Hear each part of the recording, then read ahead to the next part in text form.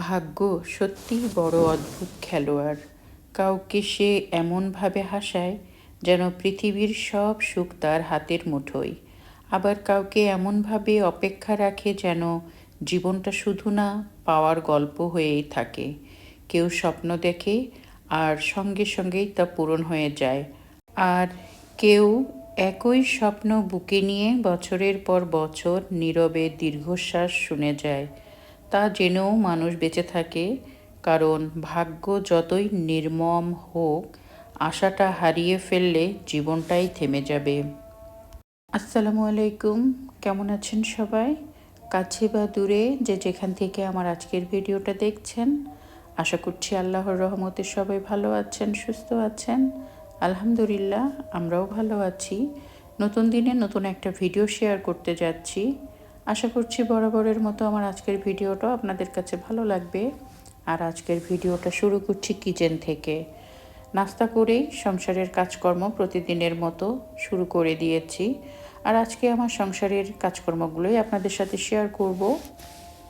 আর যেসব আপুরা আমার ভিডিওগুলো পছন্দ করে দেখেন, ভিডিওর শুরুতেই একটা অনুরোধ রইল, প্লিজ একটা লাইক দিয়ে ভিডিওটা কন্টিনিউ করবেন। এতে আমার এই ভিডিওটি অনেকের কাছে খুব সহজে পৌঁছে যাবে। আর আপনি যদি আমার চ্যানেলে নতুন বন্ধু হয়ে থাকেন, তাহলে আমার চ্যানেলটি সাবস্ক্রাইব করে আমার সাথে থেকে যেতে পারেন।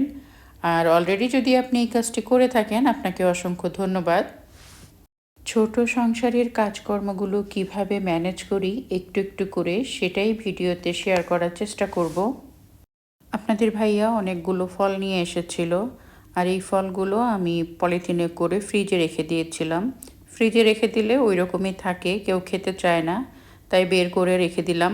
এটা আমি বিকালের দিকে সবাইকে কেটে দেব।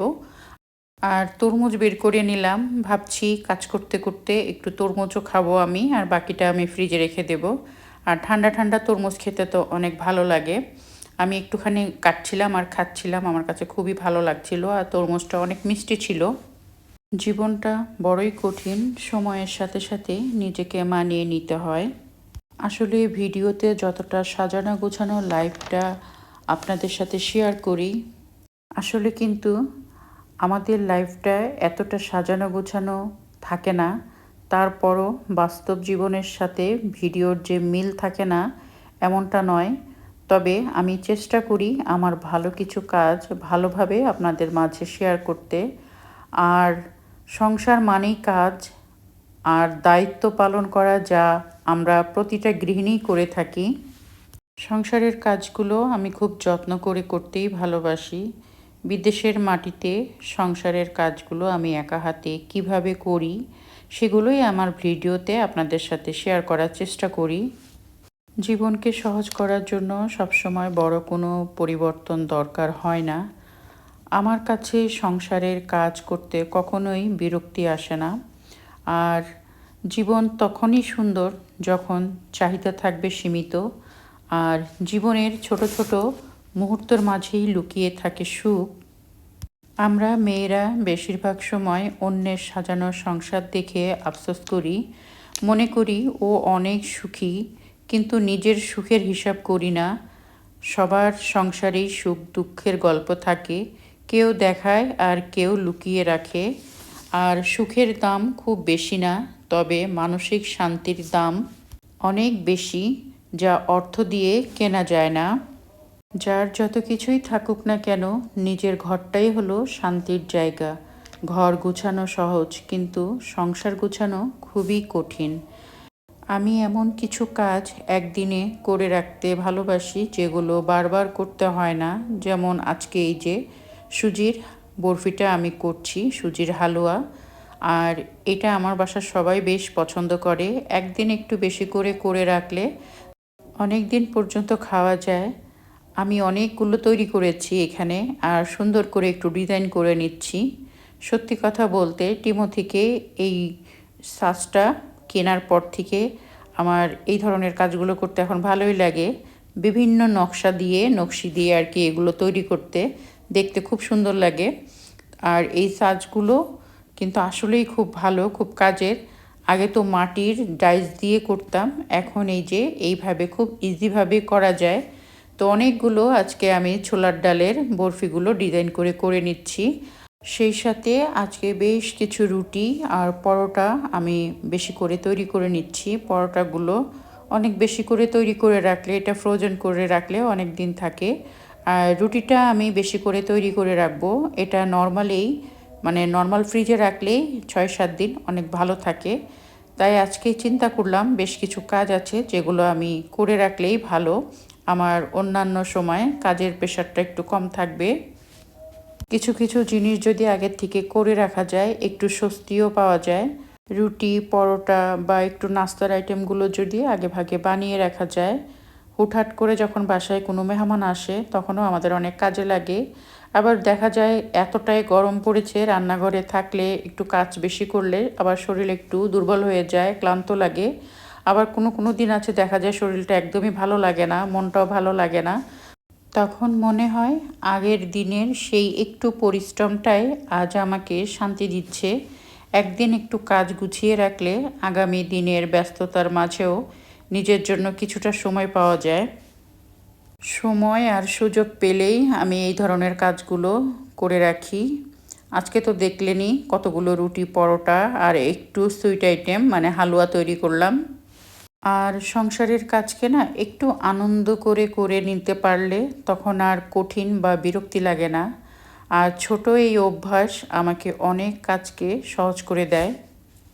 অনেকেই ভাবে সুখ মানে বড় বাড়ি, গাড়ি, দামি আসবাবপত্র, ঝকঝকে রঙিন জীবন। আসলে সুখ মানে ডাল ভাত খেয়ে একসঙ্গে পরিবারের সবার সাথে মিলেমিশে থাকা। যেই সংসারে পরিবারের ভালোবাসা থাকে না সেই সংসারের সুখও থাকে না। আমরা যেদিন থেকেই নিজের জীবনকে অন্যের জীবনের সাথে মাপা বন্ধ করব, সেই দিন থেকেই এক ধরনের শান্তি নিতে শুরু করব। আমরা এমন একটা পৃথিবীতে বাস করি যেখানে প্রতিদিন কারো না কারো সুন্দর সংসার, সাফল্য, দামি শখ কিংবা দামি বিলাসী জীবন চোখের সামনে ভেসে ওঠে। আর এগুলো দেখতে দেখতে কখন যে নিজের জীবনের প্রতি কৃতজ্ঞতা হারিয়ে ফেলি তা বুঝতেই পারি না। কিন্তু আমরা যদি একটু ভেবে দেখি, আল্লাহ কখনোই দুটো মানুষকে একই রকম তৈরি করে না। সবারই গল্প আলাদা, পরীক্ষা আলাদা, সামর্থ্য আলাদা, রিজিকও আলাদা। তাই অন্যের জীবনের সাথে নিজের জীবন মেলাতে গেলে আমরা কখনোই শান্তি খুঁজে পাব না। এই যে দেখেন, আমরা প্রবাসী, আমরা কিন্তু এখানে নিজের হাতে নিজের সংসারটাকে সাজিয়ে গুছিয়ে পরিপাটি রাখি। আমরা এখানে অনেকগুলো রোল প্লে করি। আমরাই এখানে গৃহিণী, আমরাই এখানে কাজের মানুষ, আমরাই এখানে ড্রাইভার। আমরা তারপরেও কিন্তু অনেক হ্যাপি। আমরা কিন্তু কখনোই, বিশেষ করে আমি কিন্তু কখনোই কারোর জীবন দেখে আফসোস করি না, বা কারোর কি আছে সেটার দিকে কিন্তু আমি খেয়াল করি না। আল্লাহ তাআলা আমাকে যতটুকু দিয়েছেন আমি ততটুকু নিয়েই আলহামদুলিল্লাহ অনেক ভালো আছি, শুকরিয়া আদায় করি। অনেক দিন ধরে ভাবছিলাম আলমারিটা একটু গুছাবো। বাহিরে গেলেই অনেক কাপড় চোপড় বের করা হয়, তো আজকে আলমারিটা একটু গুছিয়ে নিলাম। তারপরে যাব রান্নাঘরের দিকে। আমি কিন্তু রান্না বসিয়ে অনেক কাজ করে থাকি সংসারের।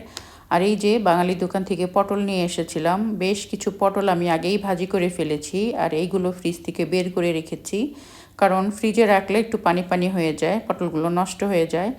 আমরা নিয়ে এসেছিলাম, আমরা কিন্তু খেতে আমার খুব ভালো লাগে। আর বুঝতেই তো পারছেন, বিদেশের বাড়িতে দেশি শাকসবজি ফলমূলের প্রচুর দাম হয়। তো আমি এই যে এগুলো বের করেছি, যেহেতু 2-3 দিন ধরে ফ্রিজে আছে। তো ফ্রিজে থাকলে কি হয়, এগুলো একটু পানি পানি হয়ে যায়, তাই আমি একটু বাহিরে বের করে রেখেছি।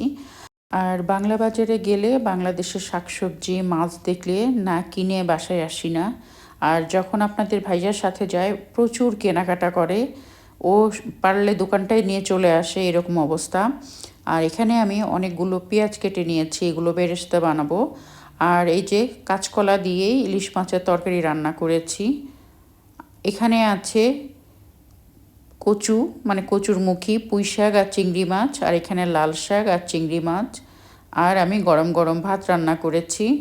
আসলে বাসায় কেউই নেই, আমি একা। আমার একার জন্য এত বেশি আয়োজন করার কোনো দরকারই হয় না। তারপরেও রান্না করে রেখে দিলাম, তা না হলে দেখা যায় এই টাটকা ফ্রেশ সবজিগুলো নষ্ট হয়ে যাবে। ভাবলাম একটু বেশি করে রান্না করে রাখি। বিশ্বাস করবেন কিনা জানি না, আমি যেহেতু বেশিরভাগ সময় ঘরে একা থাকি, একার জন্য কিন্তু খুব রান্নাবান্না দরকার পড়ে না। ঘরে অনেক ধরনেরই খাবার দাবার থাকে, সেগুলো খেলেই কিন্তু পেট ভরে যায়।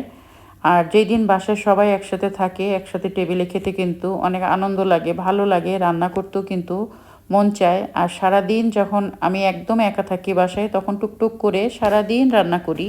কারণ আমি জানি কেউ এখন বাসায় নেই, কেউ খাবারের কোনো তাগাদা দিবে না। আস্তে আস্তে সব কাজ করতে থাকি। যাই হোক, ভিডিওটা অনেক বড় হয়ে গেছে, বেশি আর বড় করব না, বিদায় নিচ্ছি। সবাই ভালো থাকবেন। আল্লাহ হাফেজ।